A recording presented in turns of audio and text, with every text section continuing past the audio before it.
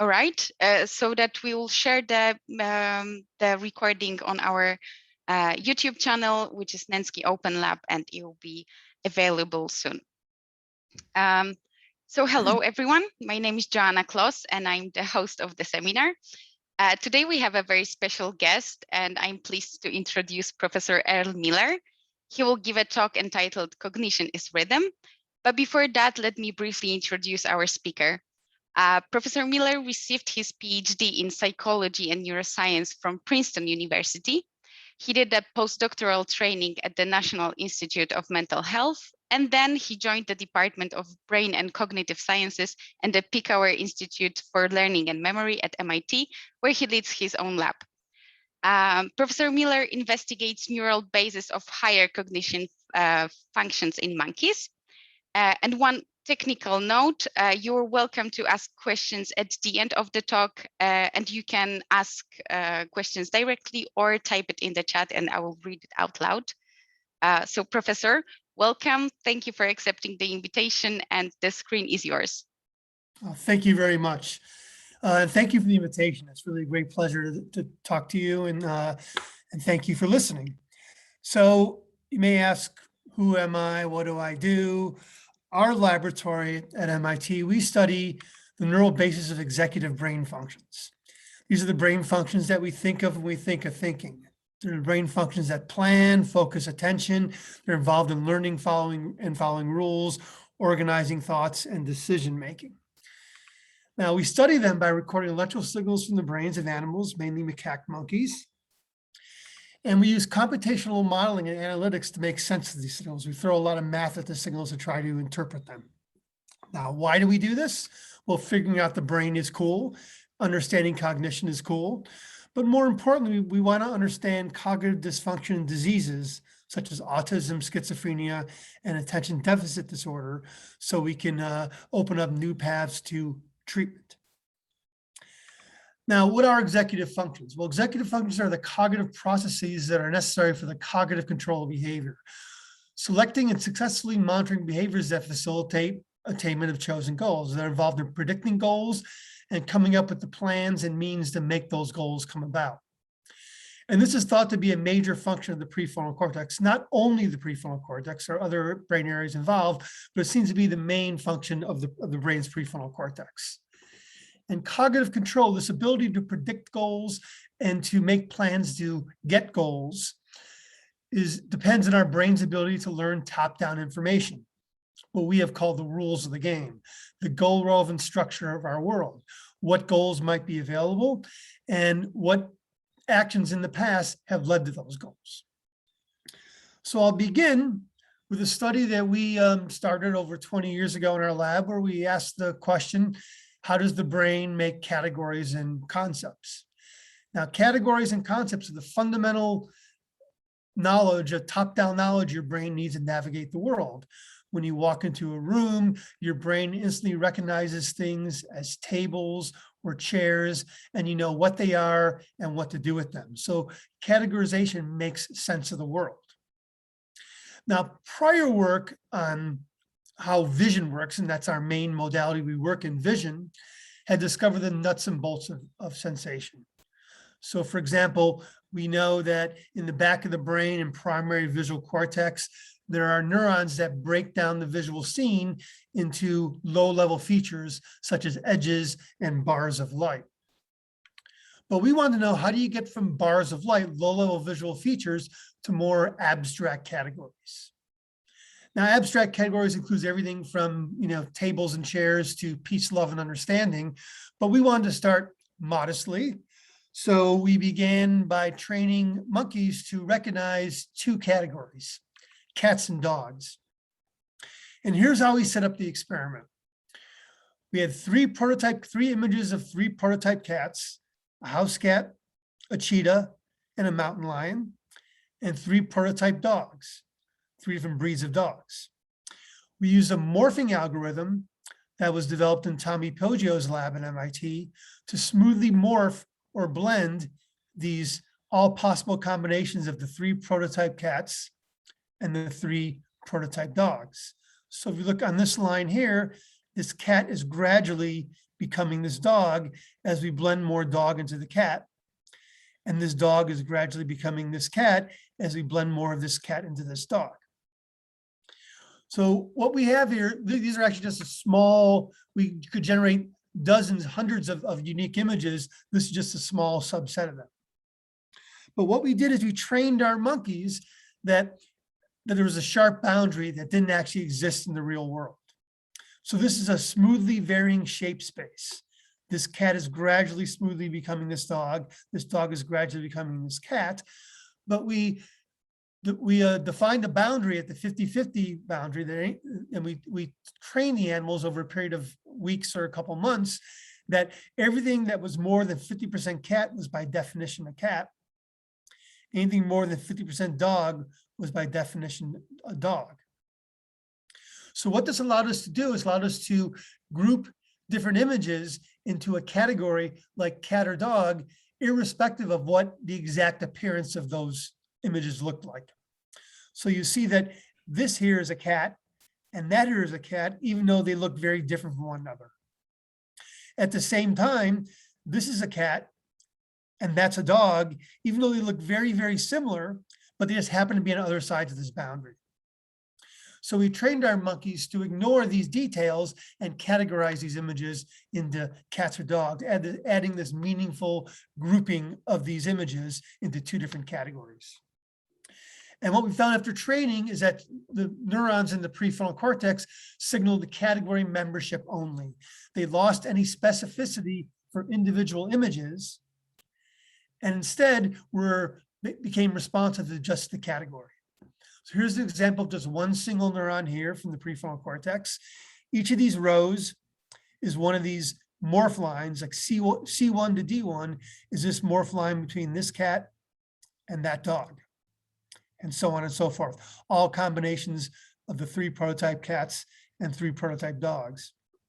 The blue is the category boundary, and the color is a normalized firing rate, with white and yellow being high firing and darker colors being lower firing. This neuron activated whenever the animal saw any image that the animal had learned was a cat. And it did not activate when the animal saw any image that the animal had learned was a dog. Now, this is just one neuron. Other neurons did the opposite. Some neurons activated the dogs. About half the population of neurons activated the dogs, and the other half of the population, like this neuron, activated the cats. So the prefrontal cortex had lost all the details of what the images actually looked like, and instead we're reflecting the learned category membership, this learned meaning that we trained into our animals. Now, we want to know whether this is a general principle of how the prefrontal cortex contributes to high-level cognition. So after training animals to do shape categories, cats versus dogs, we also trained animals to recognize the small numbers, 1 through 5. And just like the cats and dogs, we presented those numbers 1 through 5 with a variety of different displays, training our monkeys to ignore the details of the displays and just tell us what was important, the essence, the numbers. We also taught monkeys abstract principles like same versus different or up versus down. And all these studies pointed to the same conclusion, that the major role of the prefrontal cortex is to extract the essence from experience, the goal-directed information needed to solve the task at hand. In other words, the prefrontal cortex didn't sweat the details, wasn't tuned to the details. It only extracted just the information, the big picture, top-down information needed for executive goal-directed behavior. Now, when we conducted these studies, we noticed something very unusual. At least it felt unusual at the time. We were recording using multiple electrode technology, which is fairly new at the time. And this allowed us to, we instead of recording from one neuron at a time with one single electrode at a time, we recorded from electrode arrays that allows us to study 10 times or even 100 times more neurons than previous studies. And we found, and we were randomly selecting these neurons for study, and we found that anywhere from 30 to 40% of randomly selected neurons in the prefrontal cortex showed these effects: cat versus dog, number, same versus different. It was like the task took over the whole brain. like nearly half the prefrontal cortex was doing exactly what we trained the animal to do. And that was unusual because we used to think of the brain, back when I was a graduate student in the 20th century, we used to think of the brain as kind of being like clockwork. You had neurons in your primary visual cortex that respond to low-level features. You combine those features into more complex features like corners, and combine those corners into more complex shapes like this. And you have lots and lots of neurons in your brain. So you keep combining, keep combining, and eventually you get to peace, love, and understanding. But this view of the brain where every neuron had one function, every neuron did one thing and one thing only, wasn't compatible with this idea that so many neurons were engaged in exactly what we trained the animal to do. The clockwork paradigm predicted there should be a whole bunch of specialized neurons all throughout the brain, and eventually you'll get to a small population that will do cats or dogs or numbers or same or different. So the clockwork paradigm predicted a diverse group of specialized neurons, each with one function, kind of like gears in a clock. Each neuron did one thing, and they combine their signals by virtue of being wired together. So this reflects that combinatorial process. This neuron combines the responses from these two neurons because it gets input from those two neurons. But what we found over a number of studies is that this 30 to 40% of the neurons wasn't a problem per se. The answer was that cortical neurons are not like clockwork. Cortical neurons don't have a single function. Instead, they're multifunctional. And I'll tell you, when John Duncan and I first presented this about 20 years ago, we got a lot of skepticism. We said, this is not possible. We know that each neuron does one thing. And this result must be something must be wrong with this result. But I'm happy to say, after doing the kind of body of work I just showed you a few moments ago, and also other people started doing similar work, we kept coming to the same conclusion. And what we gradually realized through a number of studies is that the neurons aren't doing single things, they're multifunctional. We can actually see that. If you train the animal to do 2 or 3 tasks, you see individual neurons in the prefrontal cortex switching what they do from task to task. And eventually this notion of multifunctional neurons, I think, gradually got more and more accepted. But what really, I think pushed it over to the edge of what now it's widely accepted view of brain function is work from my colleagues at Columbia, Stefano Fusi and Mattia Regata, who showed mathematically that multifunctionality is needed for your cortex to do higher level cognition. It essentially adds horsepower to your brain. So this is work by Stefano Fusi from Columbia, Mattia Regati, and my student Melissa Warden. And I'll spare you all the mathy details, but the basic idea here is that multifunctional neurons, because they can do so many different things, they're like a neural bazaar where a wide range of information can interact in the brain. And this makes the brain smarter. They showed that your brain can only solve real complex problems if it has this population of multifunctional neurons. It increases the brain storage capacity. Again, this is for mathematical reasons. But if you have enough of these multifunctional neurons in your brain essentially becomes capacity unlimited. It can store an unlimited amount of new information. And because this wide range of information, this neural bazaar is in the brain can learn things quickly because all this information is at the fingertips of these network of neurons. And you get cognitive flexibility because, again, the brain can pick and choose things in this network of neurons that have access to this wide range of information.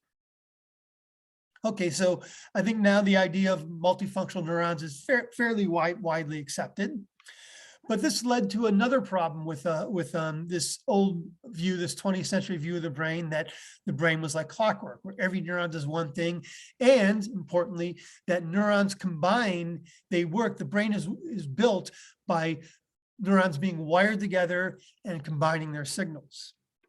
The problem is that the clockwork paradigm says that anatomy is destiny. The brain is like gears on a clock. If the gears are touching, if neurons are wired together, then they will interact and they'll combine their signals. So the idea was, and this is again what I learned when I was in graduate school, that if neurons have a physical connection, they will activate one another. This is how we build a brain, by virtue of neurons being wired together. In fact, we used to think that every perception, thought, and action has a unique network, something that we call ensembles.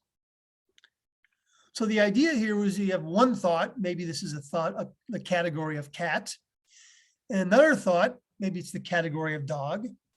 And the idea is that these are physically separate, relatively separate networks. You have an anatomically separate network of interconnected neurons, a unique network that corresponds to that one thought, like cat, and a different network that's also physically connected, but relatively separate from other networks, that corresponds to the other thought, like the category dog. So different anatomical networks for different thoughts. But the problem with the multifunctionality, or the problem with this clockwork view of the brain, is that it suggests that you don't have this kind of situation where there's different anatomical networks for different thoughts. Instead, it's more like this. It's networks overlapping networks in the brain. So here's our two networks, our blue network and our red network. And now I've drawn them so that they share many common elements. They share multifunctional neurons that are actually part of both networks. Because for simplicity, I illustrate this as two networks, but multifunctionality implies it's lots of networks overlapping in the brain and sharing common elements. But if anatomy is destiny, if all that matters is neurons being physically wired together, how does this work? If I want to activate, let's say, the red network here to think of the category dog, if physical connections are all that matters, the red network would activate, but then the activity would also run through these multifunctional neurons to the blue network. And then you have both networks activated, and now you have a mushing, a smashing together of two different thoughts. You have confusion in the brain. So how does this work? How does it, if these networks these ensembles are interconnected with one another, how does the brain produce unique thoughts with a unique ensemble? Well, the solution seems to be, again, after many years of work, that brainwaves are the answer. Now, you guys all know what brainwaves are, I'm sure. If you record scalp EEG electrodes on the scalp and you record stimulus in the brain, you get these squiggly lines. What these squiggly lines are brainwaves. They're synchronized activity of millions of neurons oscillating together. They activate together, then they go quiet together, all in relative synchrony. And your brain does this on multiple time scales, anywhere from 1 time a second to 30 or even 100 times a second or more. Your brain is very, very rhythmic. Now, so far, I've talked about spikes, and you think of spikes as the voices of individual neurons, that are like the voices of individuals in a very, very large crowd.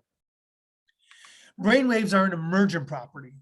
They're the product of crowds of millions of neurons. So here's a video of a crowd doing the wave. The wave is moving from left to right along the crowd. If I wanted to study this crowd, this brain, one neuron at a time, I can stick a microphone near one person, and I would hear in detail what that one person is talking about, but I would have no idea this wave is going on. It's only by taking into account the activity, the voices of all the whole crowd or a large portion of the crowd simultaneously that I can see this larger structure. But because the focus in the 20th century was on individual neurons and their parts and their functions, brainwaves are often dismissed as being diagnostic. They were like the humming of a car engine. Humming doesn't make the engine. You can tell the engine's running by the fact that it's humming. You can tell how fast it's running by how fast it hums. But humming doesn't make the engine run. But what we've learned over the past 20 years or so is that your brain actually works like FM radio. Brainwaves are a backbone of communication in cortex. And here's how it works. The idea is that networks form when neurons synchronize their rhythms. Neurons that hum together temporarily wire together. So here's our two networks here, our red and blue network. Think of them as being all sitting in a crowd together. They're intermixed in the same crowd. But you can tell the red network from the blue network because they're doing their own independent waves. And by looking at these waves, you can tell which network is the red network versus the blue network. And what this buys you, we think, is cognitive flexibility, because it takes a while, it takes experience, it takes time to wire your brain and change the wiring in your brain. But humans can learn new things really, really quickly. And we can change our mind from moment to moment. That can't be due to you constantly wiring and rewiring your brain, because that takes a long time. But if networks form, if ensembles form by these shifting patterns of synchronized brainwaves, that's a format by which you can make networks form, change them without having to rewire your brain. It buys your brain cognitive flexibility. So the way to think about this, I think, is that brain anatomy is not destiny, it's possibility. Brain anatomy is like the road and highway system. It says where traffic could go. It doesn't say where traffic does go from moment to moment, it just says where traffic could potentially go. And it's the brainwave patterns that direct the traffic. Now, back when Tim Bushman was in my lab, we decided to test this idea directly in an experiment where Tim taught monkeys to switch back and forth between two different rules: pay attention to color versus pay attention to orientation. The monkeys were looking at either vertical bars or horizontal bars, and the bar was either red or blue. And we cued the monkey from trial to trial to either pay attention to color and respond based on that, or pay attention to orientation and respond based on that. And what this shows is the result summarized here. This is the lateral prefrontal cortex. This is the arcuate sulcus, the principal sulcus here. So we're looking at like right here on the side of my head if I was a monkey. And the anteriors on the left, posteriors on the left, anteriors on the right. And each of the circles is a recording site where we had one of our electrodes in this electrode array.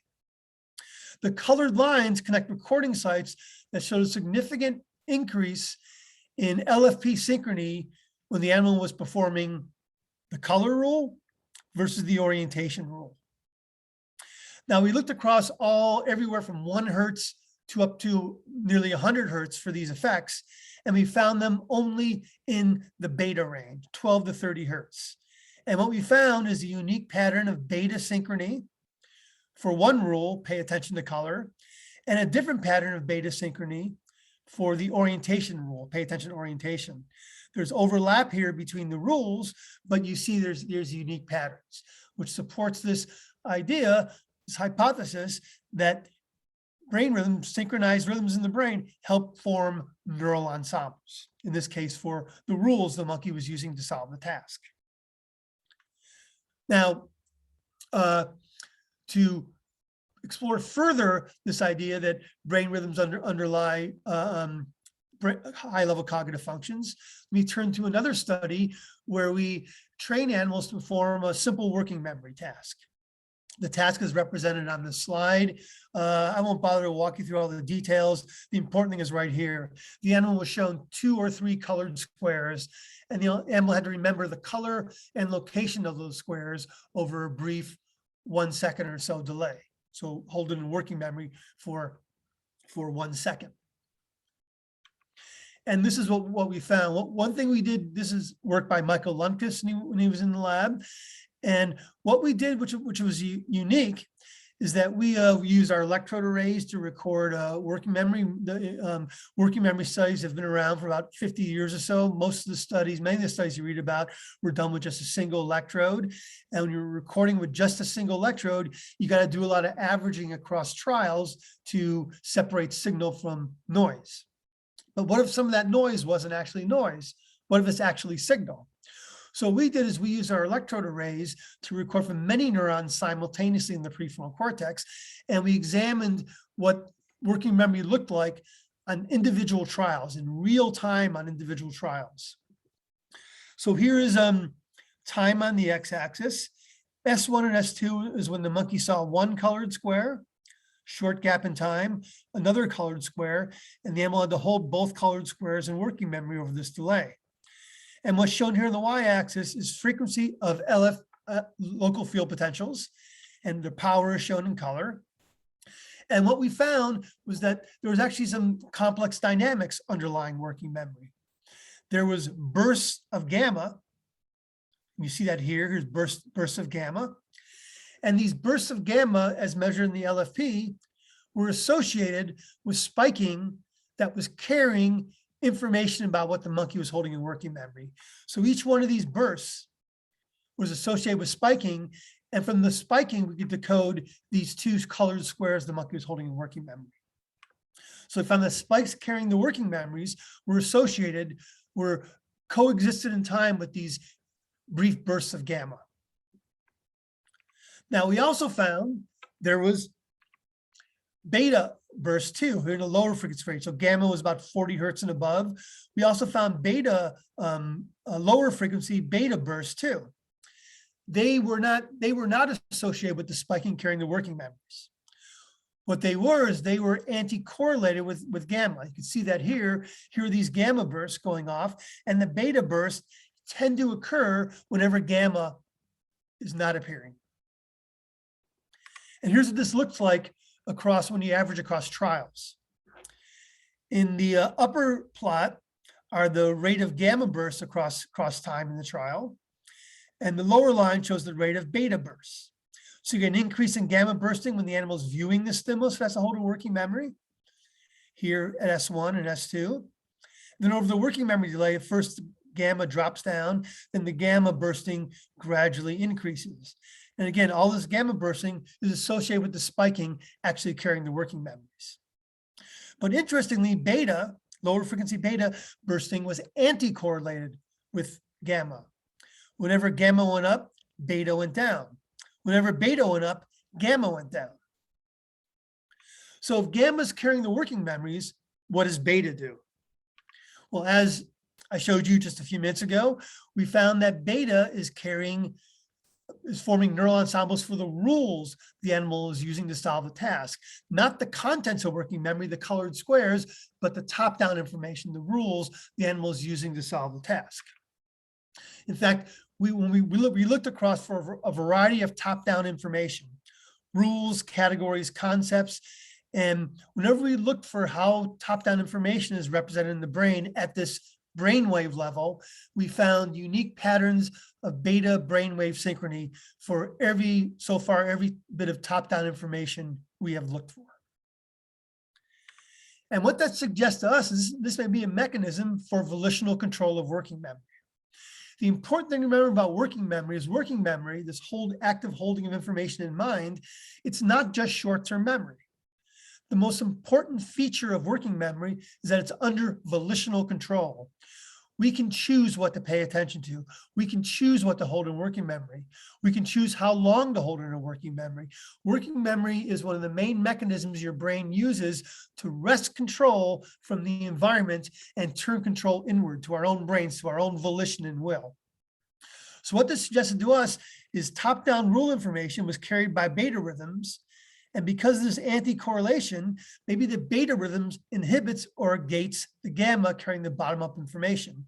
You want to gate information into working memory, you decrease beta, and beta has this inhibitory relationship to gamma. So you want to encode information into working memory, you decrease beta, that allows gamma to be expressed. The gate of working memory opens up, the information goes into working memory. And then when you want to read information out of working memory, like here at the end of the delay, you drive down beta that allows gamma to be expressed, and now the working memories can be read out. And for a more detailed explanation of how this gating and control works, I turn you to this paper that we published in 2018 in Nature Communication that shows this gating operation working in this balance between gamma and beta in the prefrontal cortex. Now, in Andre Bastos and Roman Loomis lab, they wanted to examine these beta-gamma interactions a little more carefully. And what they did is they used laminar probes. These are electrodes that have multiple contacts along the shaft. And what they could do then is insert them in the cortex and record from all layers of cortex simultaneously. Here's our 6-layer cortex, record from all layers of cortex simultaneously. And the reason why we did this is because we know from anatomical work, prior studies, that the superficial layers of cortex, everything above layer 4, tends to be the layers that feed forward sensory information from the back of the brain to the front of the brain. Whereas the deep layers of cortex are the feedback layers of cortex that feed information from the prefrontal cortex to the back of the brain, presumably these control signals that allow you to do things like gate information and working memory. Okay. Sorry, was there a question or something? Nope. Okay, so here's what they found. First of all, this is spiking. This is working memory spiking that's carrying the contents of working memory, the things we train the animal to hold in mind. So here's the, this is time on the x-axis. The animal is shown a cue here to hold in working memory. This is the cortical layer.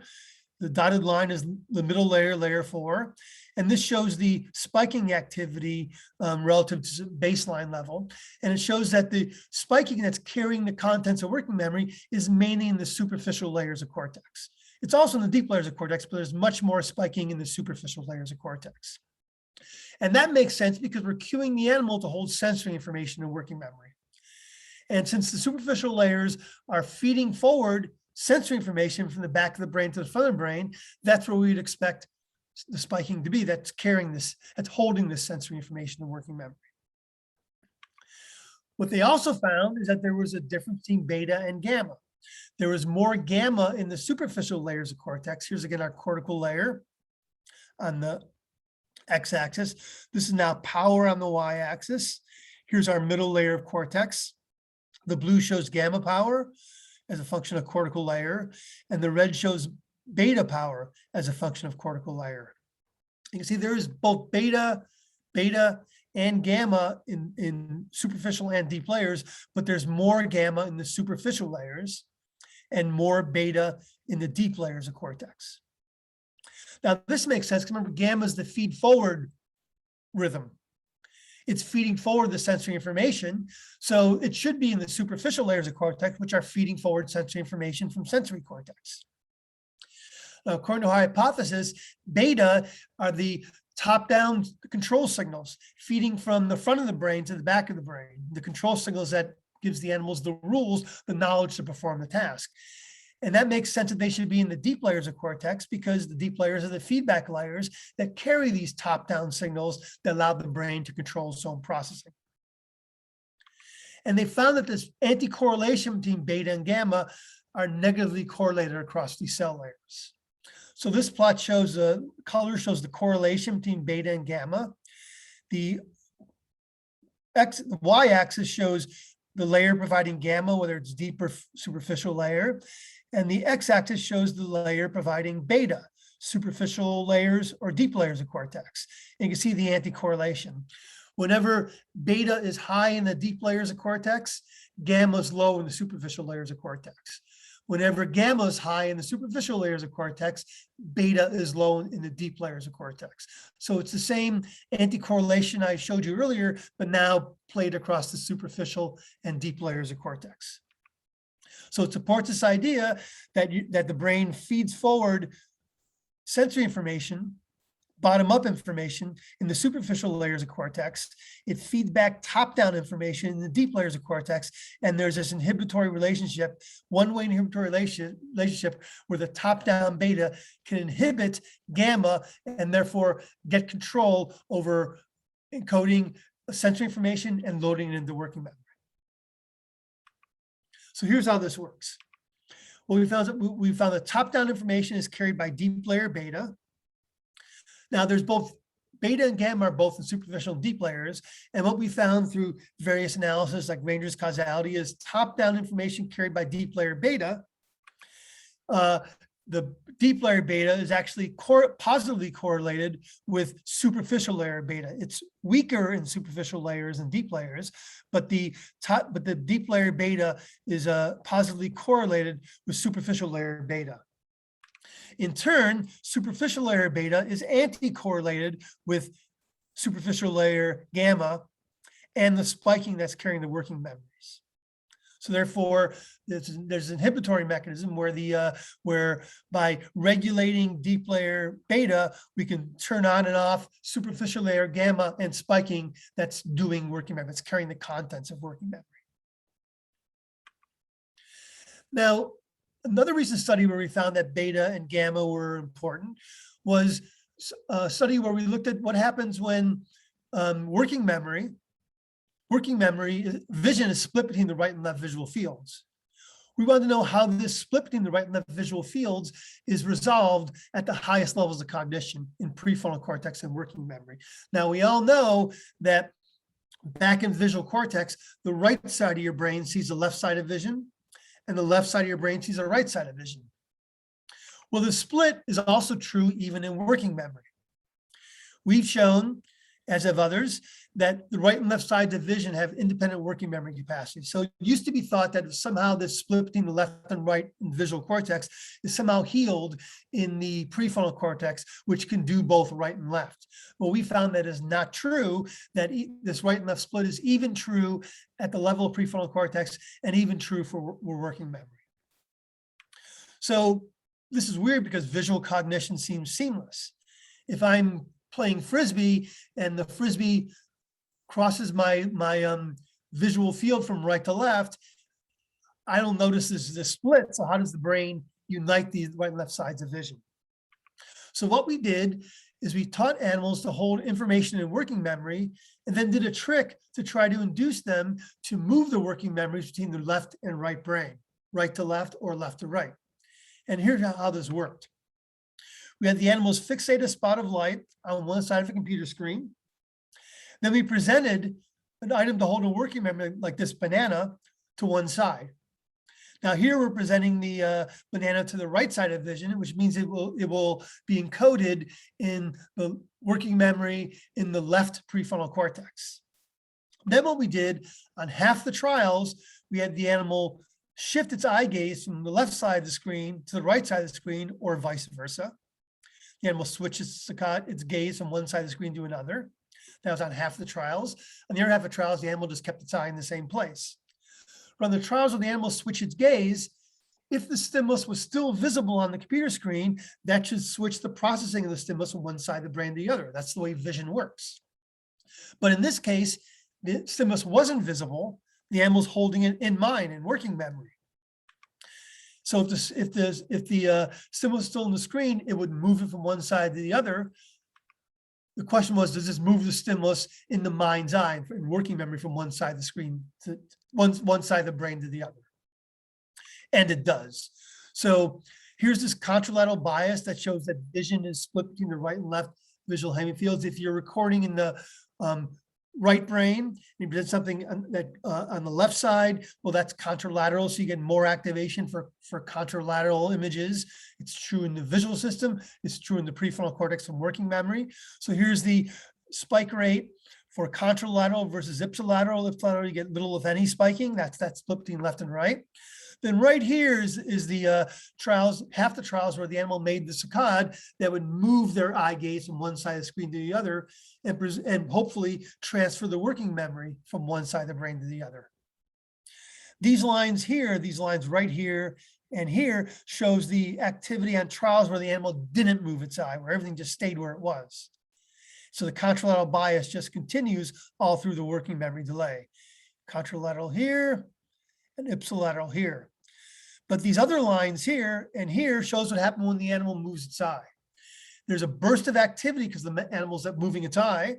And then what happens is, after the animal moves its eye from one side of the screen to the other, contralateral becomes like ipsilateral, and ipsilateral becomes like contralateral. In other words, the memory traces disappeared from one side of the brain and reappeared in the other side of the brain because after the animal moved its eye. But here's what we found. We found that these beta and gamma dynamics played a role, big role in this transfer of working memory from one side of the brain to the other. Around the time of working memory transfer, there was a decrease in beta synchrony between the right and left brains, and an increase in gamma and theta synchrony. I haven't talked much about theta yet, but theta and gamma tend to, they track together in cortex. So theta is low, around 4 or 5 or 8 hertz. Gamma's higher, 30 or 40 hertz above.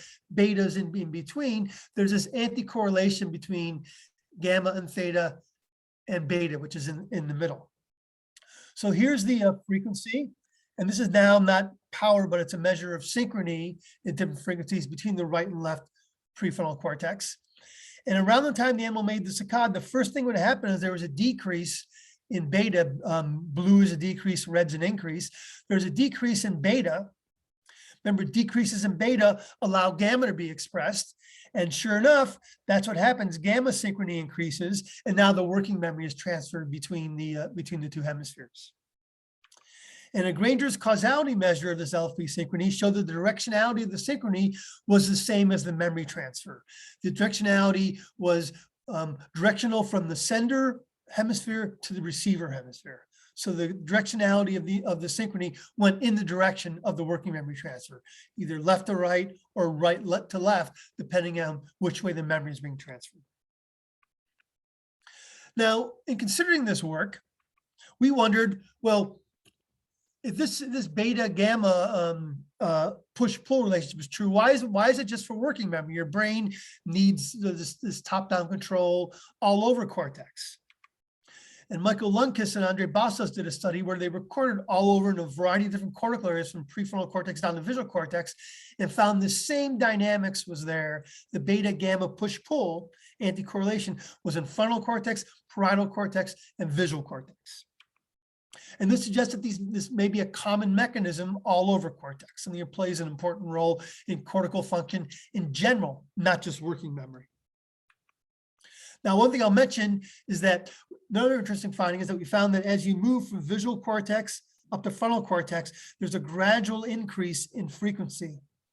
So gamma becomes higher frequency. You go from lower gamma to higher gamma as you move from visual cortex to frontal cortex. But the way it works for beta is that back in visual cortex, it's alpha, it's slightly lower frequency, then alpha becomes beta as you move forward in the brain. So alpha and beta are essentially the same thing, just that it's beta in frontal cortex and alpha in visual cortex, but presumably playing the same role. So what we thought, the way we should test this, whether these dynamics play a role in cortical functions, we decided to go to a general and fundamental cortical function that's of predictive coding. Predictive coding is your brain is constantly making mental models of the environment. Your brain is constantly predicting what it's going to see or hear or feel, touch in the next second or so, next second or so. This is important because your brain has to make these predictions because your brain can't possibly process all the sensory information flooding into your sense organs. Instead, your brain makes these predictions, and anything that was predicted, anything that's predicted is suppressed. Your brain doesn't need to process those predicted inputs. If an input's predicted, it's not very informative because you were able to predict it, so your brain suppresses processing of it. Whereas unexpected inputs, known as prediction errors, are fed forward because they're unpredicted. That's new important information, and they can be fed forward for full processing and updating the mental model you have of the world. Now, predictive coding is widely accepted as being very important to cortical function, but what's less well known is how this is implemented in the brain. And several studies have suggested that the brain uses specialized error detection circuits. So you have these circuits at every level of cortical processing that detects this mismatch between prediction and incoming input, prediction versus unprediction. But we thought that, these specialized circuits they're hypothesized, but there's not a lot of direct evidence for them. But we thought there might be a more parsimonious explanation, namely using these alpha, beta, and gamma dynamics. The idea here is that alpha, beta, the top-down signal, is feeding back predictions for predictive coding through the deep layers of cortex, and that has this inhibitory influence that can suppress the feeding forward of sensory information carried by gamma. So the idea here is that alpha beta inhibits the gamma spiking in pathways that process predicted sensory inputs. And prediction errors are not results in specialized circuits. They are just the gamma and spiking being fed forward by pathways in sensory cortex that were unaffected, that were not touched by these alpha beta top-down predictions. So we did a study recently in collaboration with Nancy Capel's group at BU, where we trained animals on a working memory task, where it was just a standard working memory task where the animals saw a sample stimulus, then there was a short delay, and then the animal had to pick a stimulus that matched the sample. But what we did is we varied the predictability of the stimuli. Either the stimuli were highly predictable, the animal used the same sample object over and over again for 50 trials in a row, or they're relatively unpredictable, where there was 4 or 5 objects, and we chose each object as a sample randomly from trial to trial. And this is what we found. This represents the synchrony, the coherence between different cortical areas. We have our frontal cortex, prefrontal cortex, frontal eye fields. 7A and LIP are parietal cortex, and here's visual area V4. And what this shows is the coherence in alpha, beta, and gamma frequency ranges for trials in which the stimulus was unpredictable, shown in red, or trials in which the stimulus was predictable, shown in blue. Now, for a moment, ignore 7A. 7A is a different animal. 7A, beta and 7A has a particular role, a specialized role in updating working memory. But as you can see, is that whenever the stimulus was predictable, blue, and the color, the thickness of these lines show the degree of coherence, and the thickness of these squares show the degree of coherence within the area. But as you can see that whenever the animal was viewing a predictable object, there was a increase in coherence all around the brain, all around the cortex in alpha and beta. Whenever the animal was viewing an unpredictable object, there was an increase in coherence around the brain in the gamma range. So gamma coherence, and furthermore, we showed by using things like Granger's causality, gamma coherence was stronger in the feed forward direction from sensory cortex to frontal cortex, where alpha beta coherence was stronger in the feedback direction from frontal cortex back to visual cortex. And importantly, these effects were stimulus specific.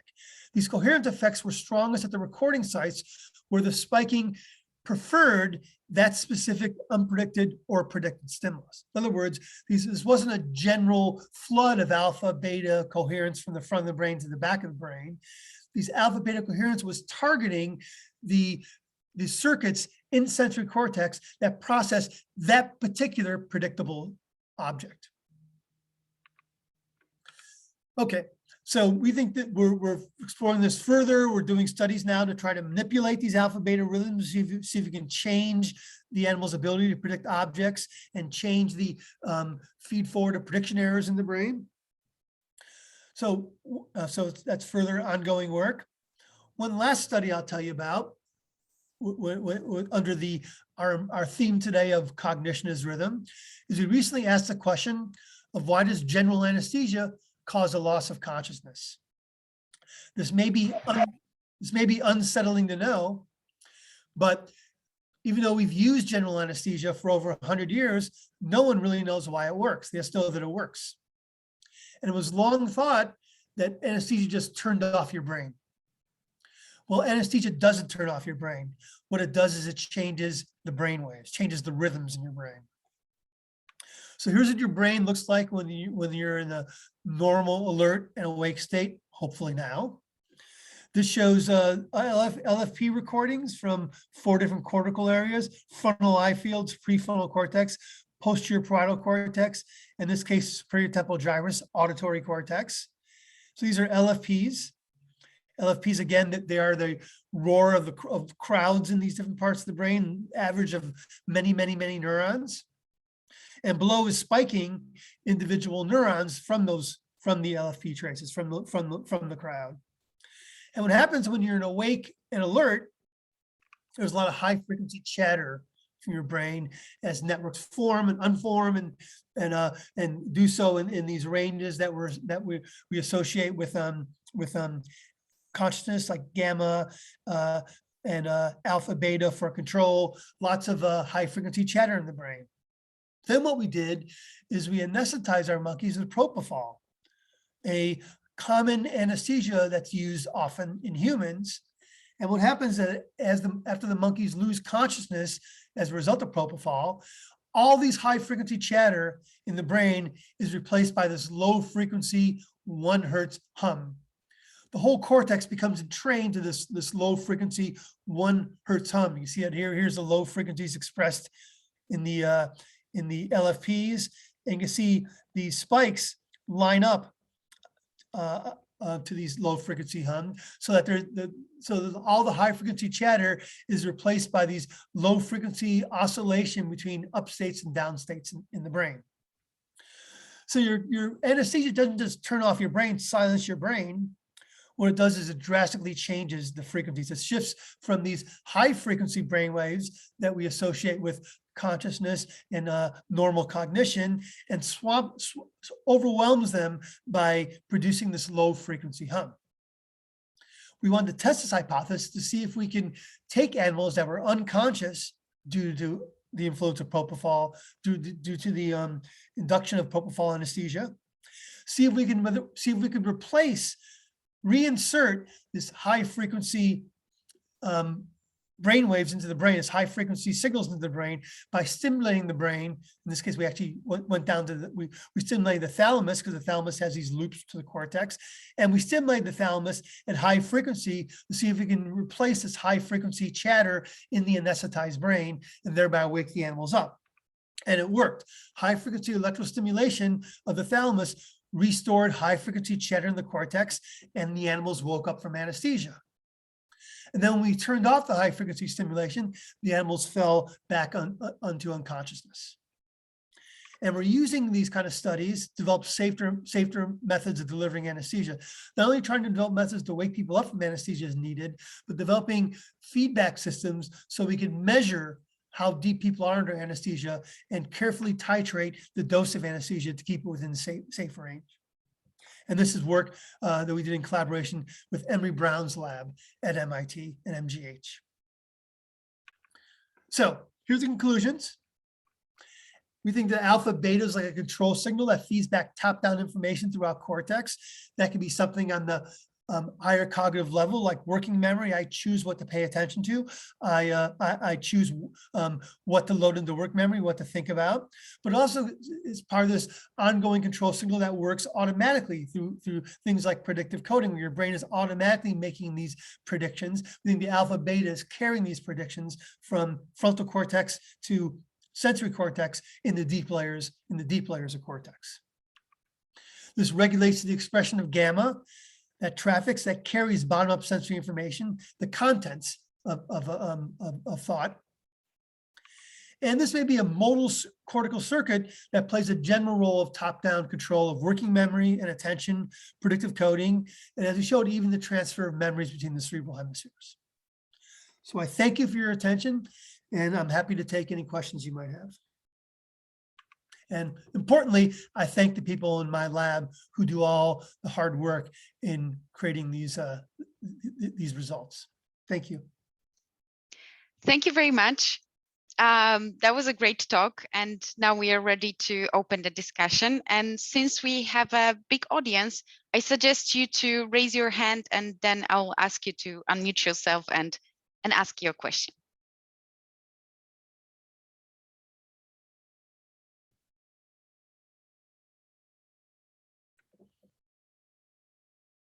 All right, Alejandro, please unmute yourself and ask the question. Hi, hello. Thank you for the great talk. I have a question regarding the predictive coding you present in basically the work from Bastos, predictive routing.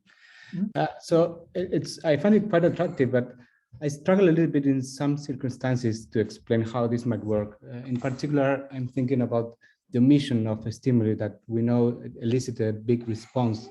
So having this top-down inhibition, can you accommodate this particular result within the framework of predictive routing? Sorry, which result are you referring to?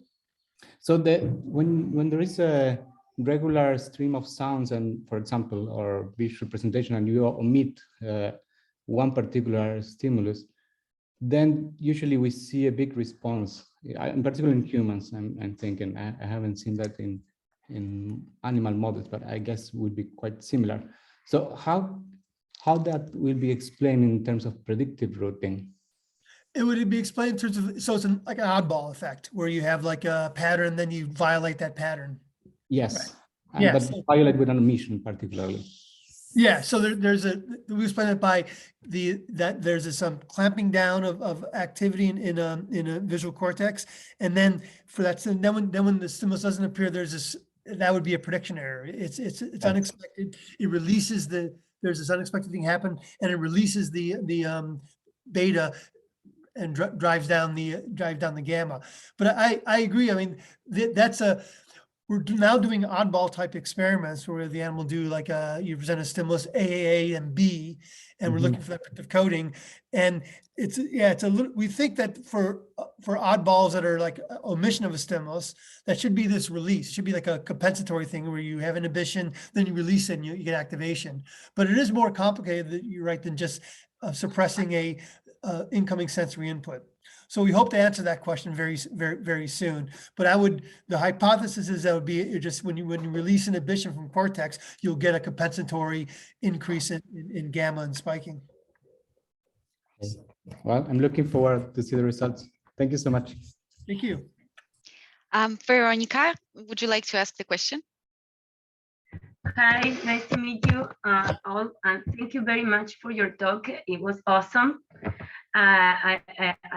It's a pleasure to hear you, especially because I love the waves, and I think it's wonderful how our brain can dance between the regions. Thank you. So my question is, like, do you think that the beta wave could also control or gate the old memories, the stored memories that are not a superficial thing, or which are your insights about where in the brain those memories could be stored? And I ask you because I have read in some moment some papers that when the animal meet to some old, some new places, there is some burst of beta. Yeah. So accordingly to your talk, I imagine that beta, it must be inhibiting the stored memories, so the new context could be able to be encoded. I don't know what are your thoughts about the old memory? Yeah, that's a great question. I mean, like that's a very important question we hope to get to, because I've talked about this in terms of incoming sensory information, bottom up. But you can also load into memory. You also load into working memory, long-term memories. That's also a platform memory. So maybe it says, maybe your hypothesis, like you said, is that you get this beta that maybe narrows the focus, so the long-term memories that can be individual long-term memories can be then loaded into working memory. But that's just hand-wavy speculation, because these are the kind of experiments we want to do. We want to train animals to do paired associate learning. So A and B go together, and we present the animal with A, and then the animal has to respond with B by recalling it from long-term memory. Now, importantly, I think that when we talk about gamma and beta, this is like we said, it's sensory information and versus control. But these rhythms may play different roles in different brain areas, especially maybe subcortical structures. It's like a spike is not the same in visual cortex as it is in like motor cortex. They do different things. And one thing we did find is when animals are doing paired associate learning, there's this theta and beta interaction between the prefrontal cortex and hippocampus. And the beta seems to play this role in queering the hippocampus that's around the time we see this increase in beta. So I think your instincts are correct that beta may play this control role in retrieving long-term memories, but we don't yet have the specificity to know whether it's doing things like actually retrieving the memory or suppressing other memories or sculpting the memory so it could retrieve one specific memory. But that's definitely a live investigation we want to conduct. Yeah. Thank you very much. And I have another question, but maybe after some other can ask too. Sure. Thank you. Sure, thank you. Luca, you can ask your question. Hey, thank you very much for that very inspiring talk. Really makes you think. I really enjoyed it. I have only a very small question. In the beginning, you said that 30 to 40% of all neurons would be involved when coding for a specific category. Have you ever looked into how that evolves over time? Because I would assume those numbers are when the animal already knows the task quite well. Have you ever looked into how these groups emerge? And if, for example, I could imagine that in the beginning, it's a larger group of neurons, and then it just boils down to something more stable? Yeah, no, that's right. We did a series of studies where we had the animal learn new categories in one recording session, about a 3-hour session.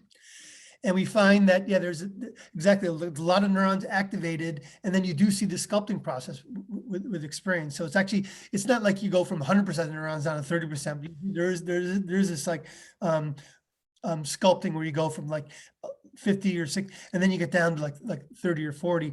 And interestingly, as the animal is learning the new categories, you see this increase. First, you see a general increase in beta synchrony. Because remember, we think beta synchrony is coding the top-down information in these beta ensembles. And as the animal's first learning the category, first thing that happens, there's this increase in beta synchrony within the prefrontal cortex and between the prefrontal cortex and the striatum. Then as the animal gradually acquires the categories, this general increase in beta synchrony narrows down into specific patterns for each category. So you also see the sculpting process, even in the beta range, not just in the spiking. Very cool. Very cool. Thank you. Now, Katerina, you'd like to ask the question? Hi, yes, thank you. I can only agree to what's been said. It was a very inspiring talk. Thank you for that. I've been wondering about the relationship between the beta in the different layers. So I think you said that, I remember you saying that the beta in the deep layers has control over the beta in the superficial layers, which in turn then gates the gamma in the superficial layers. Right. So I'm wondering if I can imagine this beta in the superficial layers being a phase shifted beta, or just a phase shifted version of the beta in the deep layers. And I was wondering why you think it was implemented like this. Why have two betas as opposed to the deep layers directly having control over the superficial gamma? Yeah, I wish I knew. I mean, like, I didn't design the brain, but you're right. I mean, that you think it's a funny way to do it. Why have this intermediate beta? First of all, the beta, there's no phase lag. It's synchronous. It's perfectly in sync between the deep layer and superficial layer. I don't really have an answer for why the brain evolved that way. I can say in a more general way that electrical circuits naturally oscillate. And neural networks naturally oscillate too. In fact, the whole world's oscillating. We live in an oscillating world. And the fact that I think probably this is all just hand wavy guesses, but I think that when brains became complex enough to have a lot of circuits together, they naturally began oscillating, and evolution took advantage of that. That's what evolution does. It uses whatever is available, and it used these oscillations for these controls just because they were available and they were there. And why this beta, superficial, deep instead of direct, this may just be an accident of evolutionary history. I know that's not satisfying. That's the best I can do. No, thank you. I was wondering if it's to do with the wiring of the deep layer to the superficial layers and sort of what neurons project to which neurons in that sense. But yeah, that's a great question. I think the best person to turn to for that answer is Nancy, my colleague Nancy Capella at BU. She does computational modeling of oscillatory rhythms in the brain, and in her models, whether you get gamma or beta, it's not so much the different circuits per se, it's EI balance. So it's not like different types of neurons, it's what the balance is between EI. And you get different circuits with different EI balance, and you get either high frequencies or low frequencies. So I would suggest she does excellent work on this, and I think that's a good place to look for these answers. Thank you so much. Thank you. Tara, you can unmute yourself. Hi, and thank you very much for your interesting talk. I have a question about that, the transferring of working memory information from this hemisphere to the other hemisphere. And I was wondering if you have found any difference between when the sender hemisphere was the right compared with when sender was the left hemisphere, because people have shown that perception is not necessarily homogeneous around the visual field. So I was thinking if the orientation in the right field is better recognized than the left visual field, would that have something to do with working memory as well? That is a great question. In fact, we found Tim Bushman, who's in the lab, he found that there was this independent working memory capacities in the right and left prefrontal cortex. And what I mean is that there's a limited capacity for working memory. You can hold 4 or 5 colored squares in working memory simultaneously. And what Tim found is that it isn't actually 4 or 5 in general. It's 2 on the right and 2 on the left, and they're completely independent of one another. So if I have information in working memory in my right hemisphere and I add a stimulus to my left, no effect on the other hemisphere. It's almost like we're a bunch of split brain patients. And then Wow, in working with my colleague Ed Vogel at the University of Chicago, we thought, well, if this is true, if you really have if you're like a split brain patient with separate working memory capacities, why should the working memory capacities be equal? Why is it just 2 and 2? It turns out it's not. So first of all, there's a lot of variations. Some people can do 4 items, some people can hold 7 or 8 items in working memory. So there's variation in overall working memory capacity. There's also variation between the right and left hemisphere. Some people can do 2 and 3, or 4 and 1, or 4 and 3. It varies highly from person to person. Why is that? We looked at things like reading left to right. Like my colleague Ed Vogel has a satellite lab in China, and he studied Chinese readers who read from top to bottom. It's all the same. It's just, it seems to be a matter of how your individual brain gets wired up. And interesting, we're trying to convince we're working with a major car manufacturer who's designing heads-up displays for their windshields. And we suggested that they actually do this assessment of right versus left in individual drivers, so they can tailor the heads-up displays for your car, for you as an individual. And that way these heads-up displays will be less distracting and will reduce car accidents. Now, personally, I think heads-up displays is a really bad idea, but everybody's trying them. So if they're gonna have them, we might as well make them safer, right? Yeah, thank you very much. Thank you. Are there any more questions?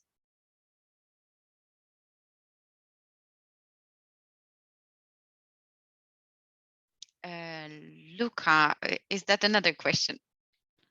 Yeah, that would be just a quick follow-up question. Does that depend on the material? So like you said, the working memory capacities is different on the different sides. Is that individually different, but also is that dependent on the material?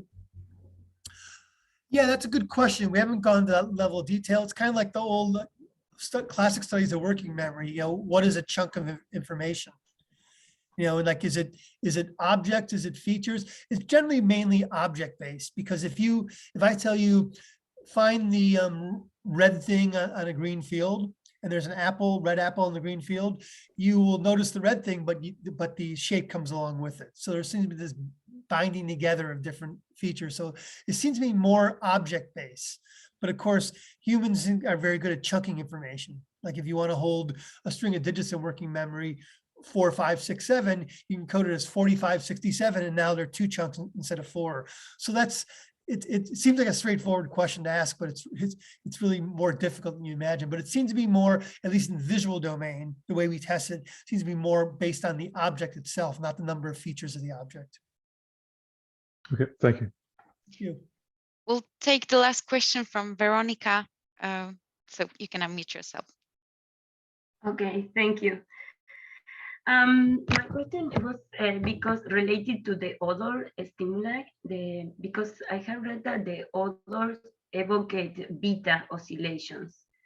So in that context, which oscillation would be the oscillation that takes the control? It should be lower, like delta. Do you have some insight about that? So I do, you're asking about between beta and lower frequencies like delta, or are you asking about sequential ordering of working memories? Like in with the other stimuli that evocates beta. So in that case, which oscillation do you think it could take control, like in a working memory task with others, for example? Order, Like, sequence. do you imagine that yeah, like remember, like, for example, hold in mind a task has working memory, but with others. Like others evocate beta. So I Oh, I'm don't sorry. see, I don't know if it's going sorry. to be gamma. You're talking about, sorry, odors, smells, or order sequence? Or no, or smell, odor. Yeah, I don't know. I mean, it's funny. Odor is a special, seems to be very special circuits in your brain. It's like your oldest sense, and there's like a direct line from your olfactory bulb right into your brain. So it bypasses a lot of the things that other senses have to go through, like oodles of lots of cortical processing. That may be a different system, because odor is very different from other senses. So I just don't know the answer to that. Yeah, that's a good question. I would like that. I guess we could work with colleagues who study animals like rats that are more focused on that particular sense. But I just don't know the answer to that. That it could be different. Yeah, but do you think that it would be a lower, like a lower frequency wave that will take control? Like, for example, with the visual stimuli, you have more gamma, right? So then it's beta that is a range that is lower in frequency, the one that can take control of which thing to pay attention to. So Yeah. in the other, if it is beta, I don't know. I like to hypothesize that maybe it's delta, the one that could take control, right? What do you think about that?